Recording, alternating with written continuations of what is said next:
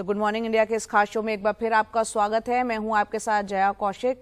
हम बात कर रहे हैं गैंगस्टर दीपक बॉक्सर की, जिसको दिल्ली पुलिस आज सुबह आखिरकार भारत लेकर आ चुकी है। दीपक बॉक्सर को पुलिस ने मेक्सिको से गिरफ्तार किया था। ये पहला मौका है जब गृह मंत्रालय के निर्देश पर दिल्ली पुलिस ने देश से बाहर जाकर किसी बड़े गैंगस्टर को गिरफ्तार किया है। दीपक बॉक्सर गैंगस्टर जितेंद्र गोगी की हत्या के बाद से उसके गैंग की कमान संभाल रहा था। वो इस साल जनवरी में बरेली से रवि अंतिल के नाम का एक फर्जी पासपोर्ट बनवाकर मैक्सिको भाग गया था। उस पर दिल्ली पुलिस ने 3 लाख का इनाम रखा हुआ था। केंद्र सरकार ने ऐसे 28 और गैंगस्टर्स की पहचान की है जो कि विदेश में है।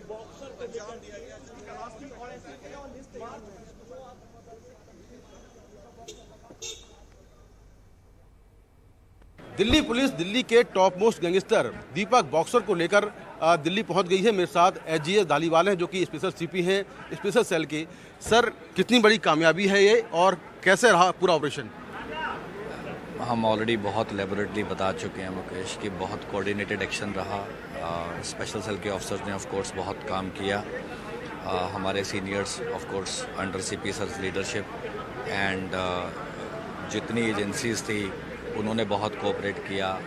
मिनिस्ट्रीज़ की बड़ी मदद रही, home ministry and ministry of external affairs. और शुरू में हम बता ही चुके हैं कि गृह मंत्री साहब की जो मीटिंग थी जिसमें स्पेशल टास्किंग करी थी उसके तहत ये सारी कार्रवाई करी गई है। सर, ये भारत से कैसे भागा था और फिर कैसे आपने इसको लोकेट किया कि वहाँ पर है? ये बड़ा लंबा ऑपरेशन है, मैं पूरा तो नहीं आपको बता सकता, वो हम ऑलरेडी बार बार बता ब्रीफ में। सर, ब्रीफ में। फेक पासपोर्ट बनाया, बरेली से कलकत्ता से दुबई गया, दुबई से अलमाती गया, अलमाती से इस्तांबुल गया, इस्तांबुल से पैनामरीबो, फिर port of Spain, Panama city, El Salvador and finally Mexico. तो ये है स्पेशल सीपी स्पेशल सेल जो कि बता रहे हैं कि कैसे इसको लोकेट किया गया। और जो दीपक बॉक्सर है उस पर बहुत सारे आपराधिक मामले दर्ज हैं।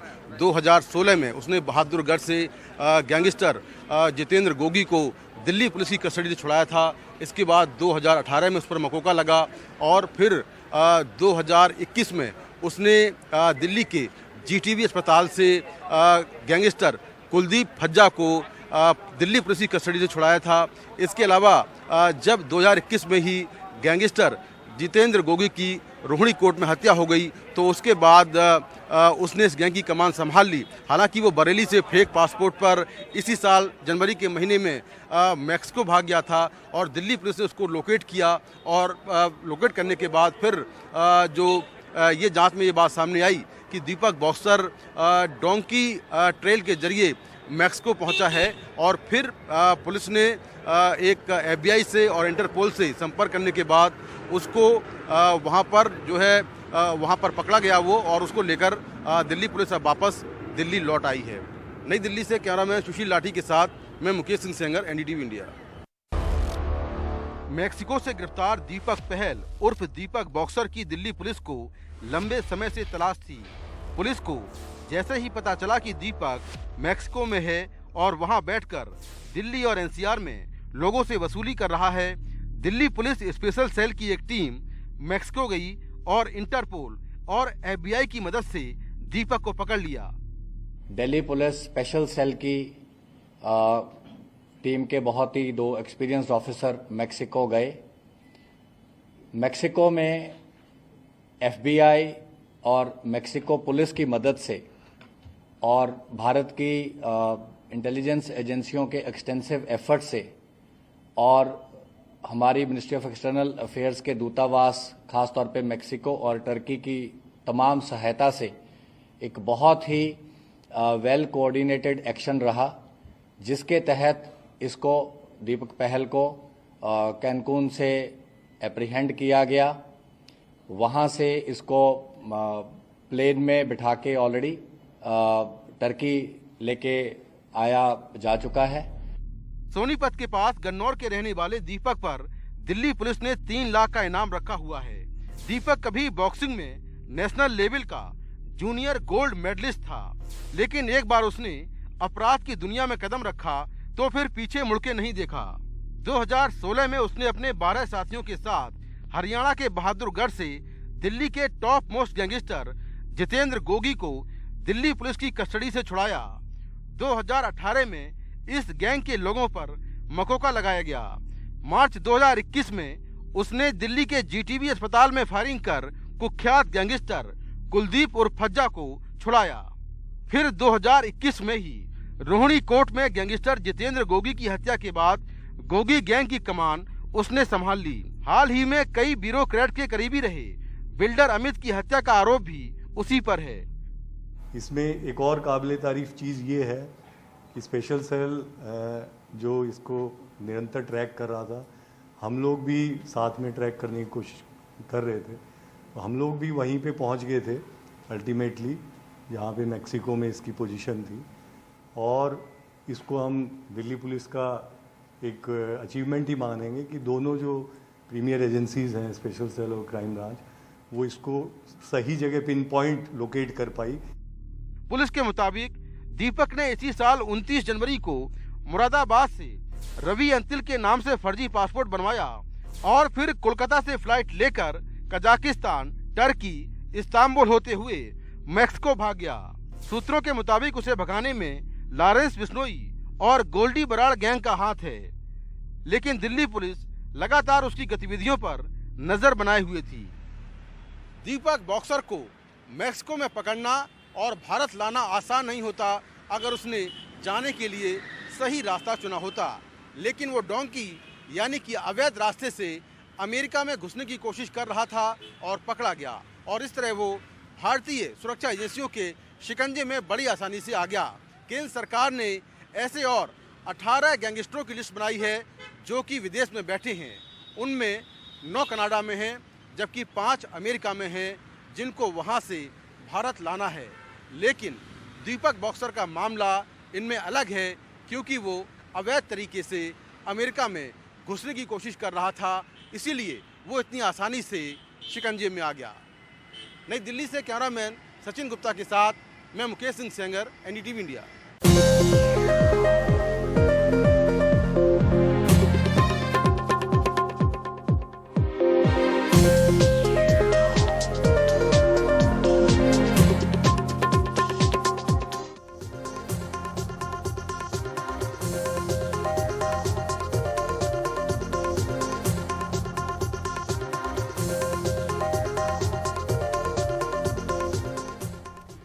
तो आपको बता दें कि मोदी सरकार के मई में 9 साल पूरे होने जा रहे हैं और ऐसी कई योजनाएं जो सरकार लेकर आई है उसका प्रचार यहां पर अब किया जाएगा। सूत्रों के हवाले से खबर है, मोदी सरकार ने अपने 9 साल पूरे होने पर प्रचार करने की तैयारी अब उसमें जुट गए हैं। सरकारी योजनाओं के आम लोगों पर होने वाले असर का इसमें प्रचार किया जाएगा।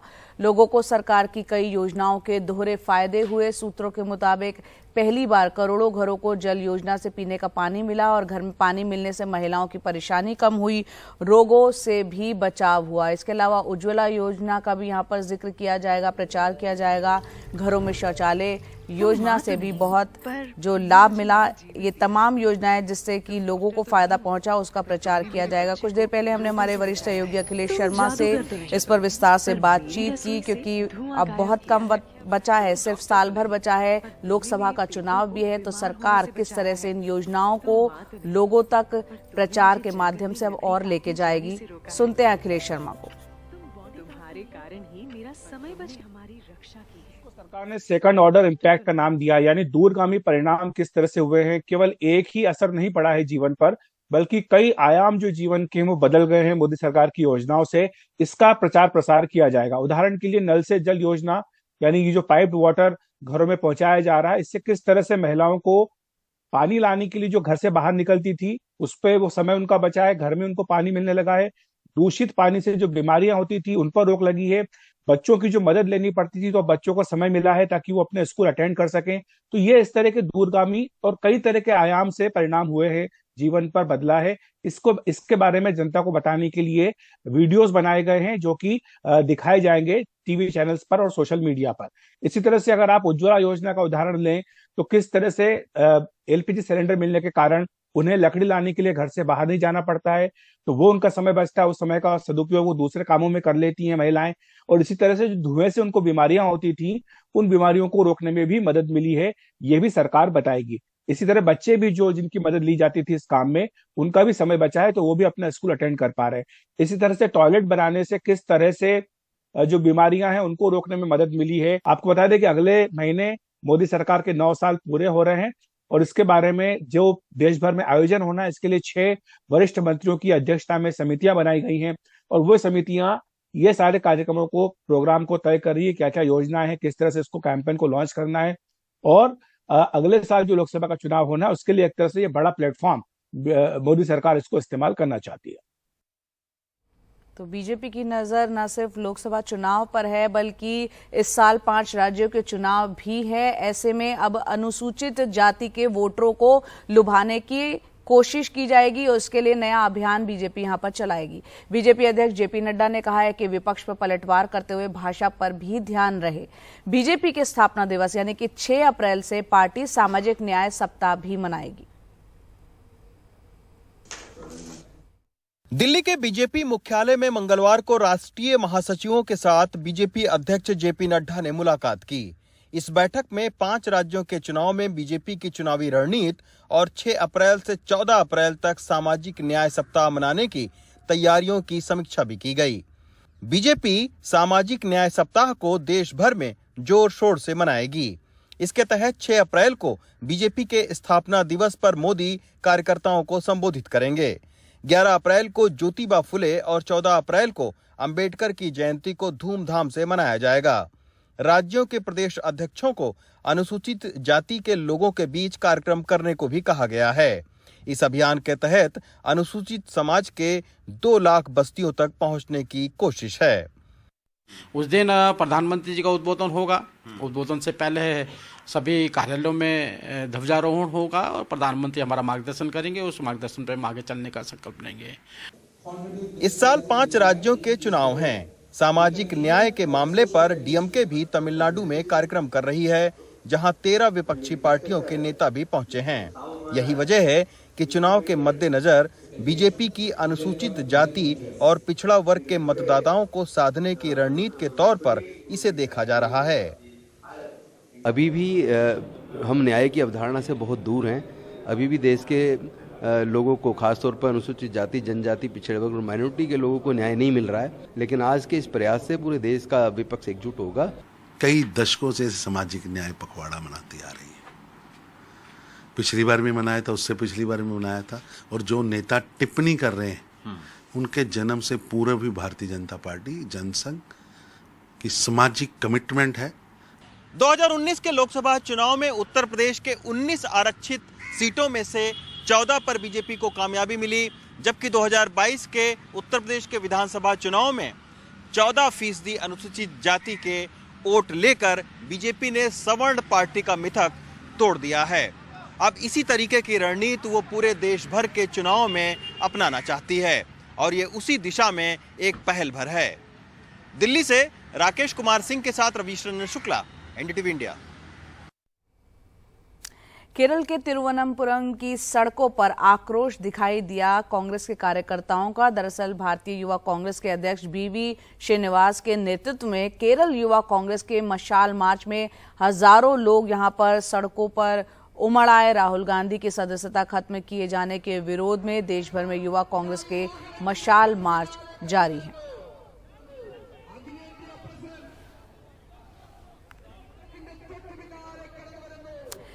कांग्रेस ने कर्नाटक चुनाव के लिए अपनी दूसरी लिस्ट के नाम तय कर लिए हैं और इसे लेकर दिल्ली में पार्टी की चुनाव समिति की एक बैठक हुई।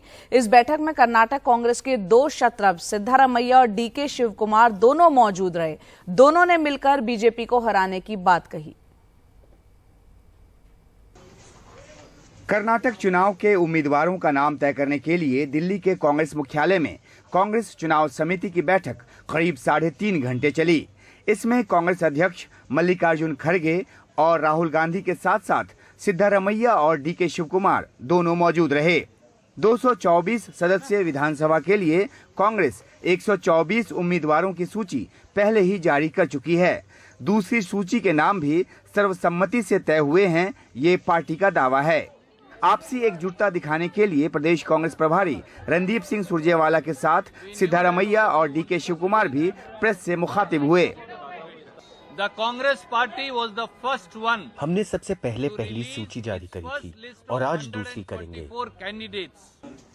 इस बीच बीजेपी कांग्रेस के दावों पर सवाल उठा रही है और सिद्धारमैया और डीके शिवकुमार के बीच विवाद को हवा दे रही है।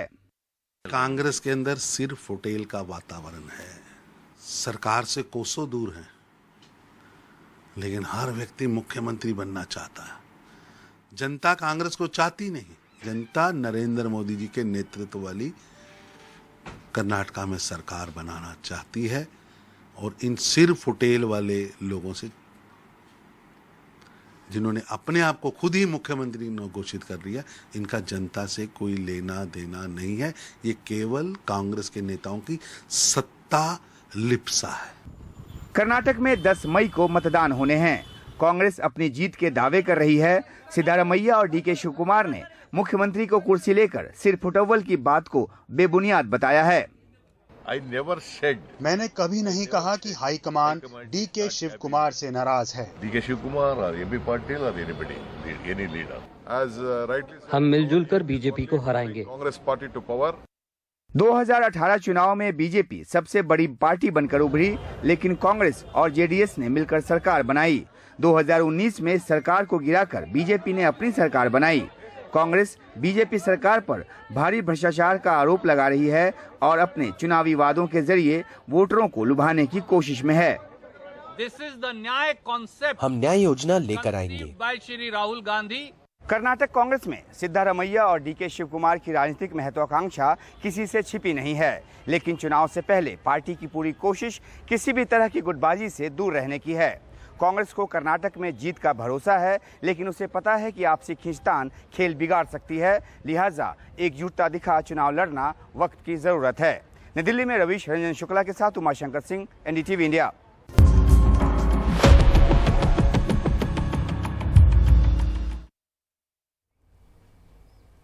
अमेरिका के पूर्व राष्ट्रपति Donald Trump porn film star को सीक्रेट पेमेंट देने के मामले में मैनहट्टन कोर्ट में सुनवाई कल यहां पर पूरी हो गई और कोर्ट ने कहा कि अगले साल जनवरी से ट्रंप का ट्रायल शुरू किया जा सकता है।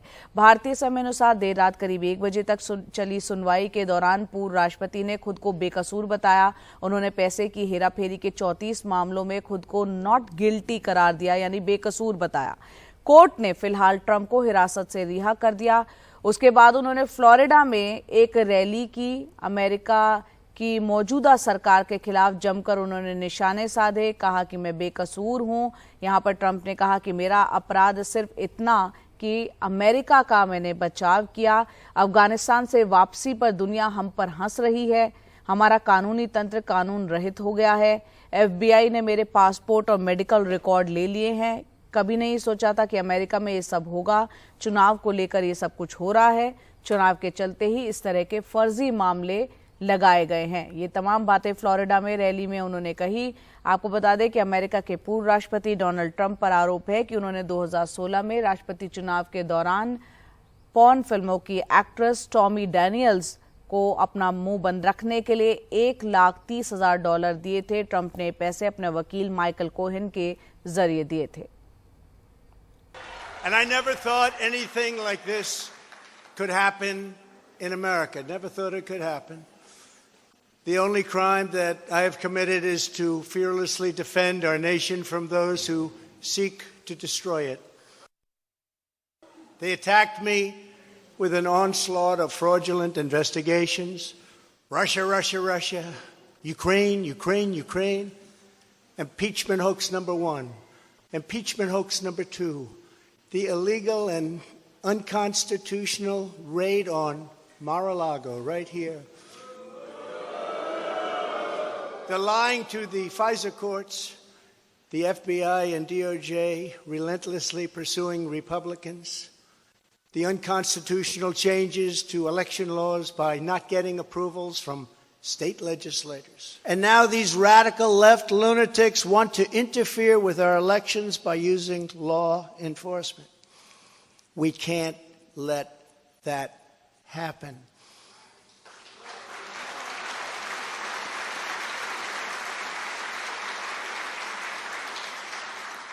With all of this being said, and with a very dark cloud over our beloved country.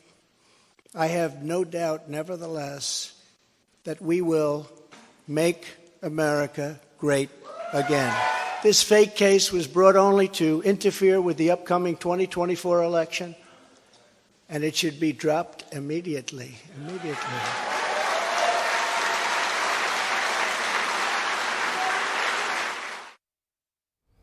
तो फ्लोरिडा में ये भाषण डोनाल्ड ट्रंप ने दिया है। वहीं मैनहट्टन से हमारी सहयोगी नम्रता से हमने कुछ देर पहले बात की और ये समझने की कोशिश की कि अमेरिका में ट्रंप पर लगे आरोपों को लोग किस तरह से देख रहे हैं और अगले साल होने वाले राष्ट्रपति चुनाव में इसका क्या असर देखने को मिलेगा।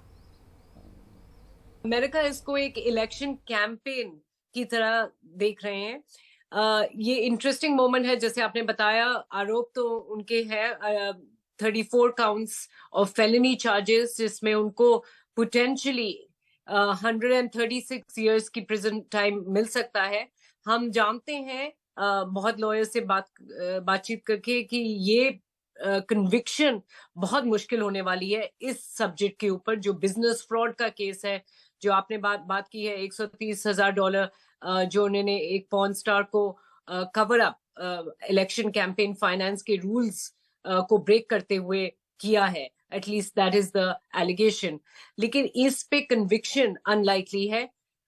तो इसके बाद लेकिन बहुत सारे और केसेस आ सकते हैं। वो हमने सुना डोनाल्ड ट्रंप को अपनी स्पीच पे भी कहते हुए कि ये केसेस जो पोटेंशियल जनवरी 6 का केस या इलेक्शन इंटरफेरेंस इन जॉर्जिया का केस या डॉक्यूमेंट्स छुपाने का अपने पर्सनल रेजिडेंस मार-ए-लागो का केस, वो सब केसेस दूसरे स्टेट अटर्नीज अब कुछ महीनों में वो भी प्रेजेंट कर सकते हैं।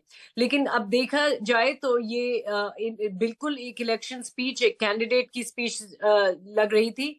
ये एक क्रिमिनल और डिफेंडेंट की स्पीच नहीं लग रही थी, जो कुछ घंटे पहले ही ऐसे काउंट्स पे एक ऑर्डिनरी क्रिमिनल की तरह former president of United states एक मैनहट्टन क्रिमिनल कोर्ट पे खड़े थे। उनकी फिंगरप्रिंटिंग हुई थी और ये चार्जेस उनके ऊपर लगाए थे, उनका अरेस्ट हुआ था। लेकिन ये अब अपनी 2024 की इलेक्शंस के लिए तैयारी कर रहे हैं। ट्रंप एक अद्भुत सा ही केस है। ऐसा पॉलिटिशियन कम ही हमने देखा है विश्व में, ऐसे पॉलिटिशियन जिसने अपनी डिसएडवांटेज को एडवांटेज चेंज कर दिया है। And it has happened so many times Donald Trump की केस में। मैं आपको दो बातें बताती हूँ कि एक तो उनकी रिपब्लिकन पार्टी, उनकी अपनी पार्टी जो कह रही थी कि Trump is unfit to be president, उनके जो enemies within the party है, critical opponents within the party है, मिट रोमनी कह दीजिए, मार्क रूबियो कह दीजिए, या रॉन डिसेंटिस जो उनके अगेंस्ट लाइकली टू रन अभी रिपब्लिकन प्राइमरी प्लेटफॉर्म पे, वही लोग अब ट्रंप को सपोर्ट कर रहे हैं और कह रहे हैं ये उनके साथ जो हुआ है बहुत गलत है, पॉलिटिकल विच हंट है, उनको टारगेट किया जा रहा है। और मिट रोमनी ने कहा है कि while I feel he is unfit to be president, remember उन्होंने 2 बार इम्पीचमेंट के टाइम मिट रोमनी ऐसे पॉलिटिशियन थे जिन्होंने being a Republican politician oppose किया था, कहा था कि ट्रंप की इम्पीचमेंट होनी चाहिए।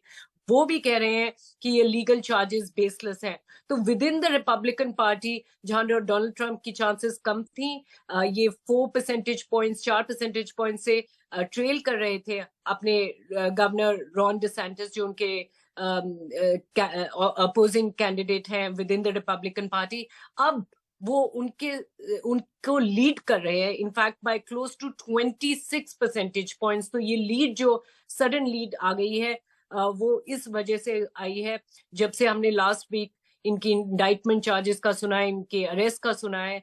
तो वो चेंज ट्रंप उसको बहुत ज्यादा कैपिटलाइज कर रहे हैं।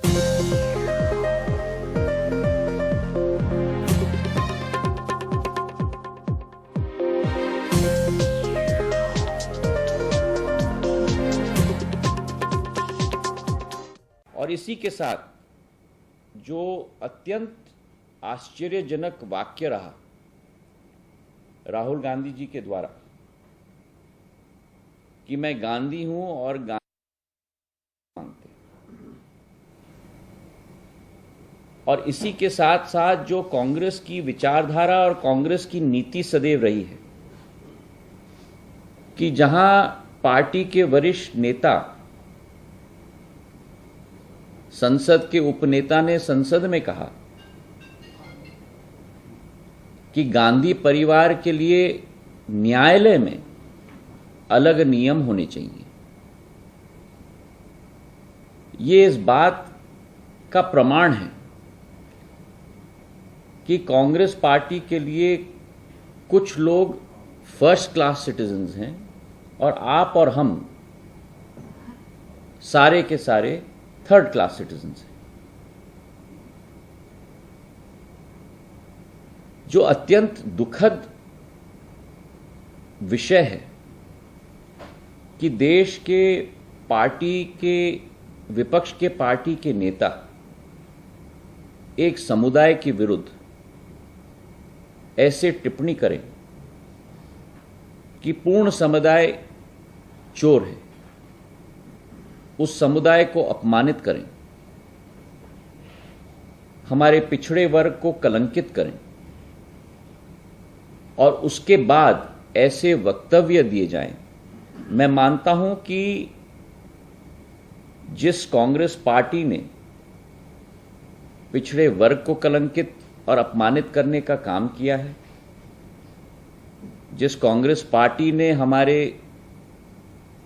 सैनिकों की वीरता पर प्रमाण मांगा है, जिस कांग्रेस पार्टी ने ये वक्तव्य दिया है कि हमारे सीमावर्ती इलाके पर चीन के द्वारा हमारे सैनिकों की पिटाई हुई है, ऐसे कांग्रेस पार्टी की कोई विचारधारा नहीं बची है। ऐसी कांग्रेस पार्टी की केवल एक विचारधारा बची है और वो विचारधारा है एक देशद्रोही की विचारधारा और देश के विरुद्ध कार्य करने की विचारधारा। बहुत बहुत धन्यवाद। केंद्रीय मंत्री ज्योतिरादित्य सिंधिया को आप सुन रहे थे, जो कि बिना राहुल गांधी का नाम लिए उन पर निशाना साध रहे थे।